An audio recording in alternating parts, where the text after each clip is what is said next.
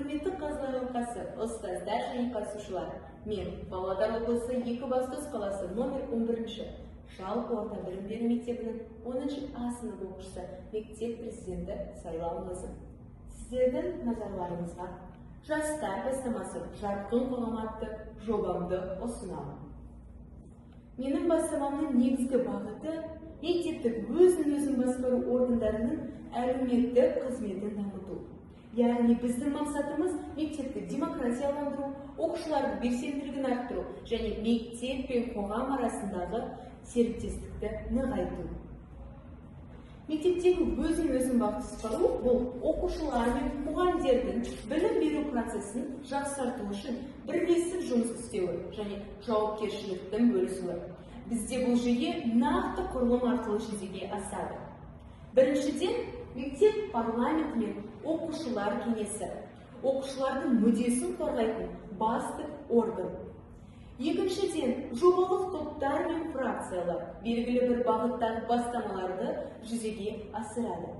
Үшіншіден, сынып жетекшілер мен кураторлар бағыт-бағдар беру, үйлестіру жұмыстарын жүргізеді. Өзін-өзі басқарудың 3 түрі қалыптасқан: формальды, бейресми және жобалық басқару. Бұл жүйе оқушыларға өз шешімін қабылдауға, көшбасшылық қасиеттерін дамытуға және мектеп пен өмірінде белсенді араласуға мүмкіндік береді. Біздің тәжірибемізде әлеуметтік, мәдени және экологиялық жобалар ерекше орын алады. Әлеуметтік бағытта адал жүректі еріктілер жобасы арқылы қалалық және облыстық конкурстардың жеңімпазы аттанды. Үміт балалар үйімен тұрақты байланыс орнаттық. Сонымен қатар бірнеше жыл қатарына адал ұрпақ еріктілер клубымыз қала облыс жүлдегері аттанып келеді. Құқықтық бағыт та жақсы дамыған. Мектебіміздің омбудсмені 2021-2024 жылдары республика деңгейінде жұмысымен бөлісіп алғысқа ие болды. Ұшқыр ой алаңының дебатшылары жыл сайын республикалық деңгейде облыс намысын қорғап келеді. Экологиялық бағытта жасыл мектеп облыстық конкурсының лауреаты болды. Қаламыздың Атамұра мәдениет орталығы және жастар бастамасын дамыту орталығы меморандумға қол қойды.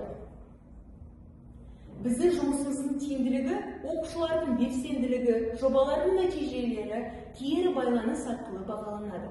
Сонымен қатар сандық платформалар арқылы онлайн дауыс беру, тәлімгерлік жүйесі, рөлдік ойындар сияқты инновациялық тәсілдер енгізілген. Мектеп парламенті мүшелерімен қамқоршылық кеңесі және педагогикалық кеңес құрамына қатысып өз ұсыныстарын білдіреді.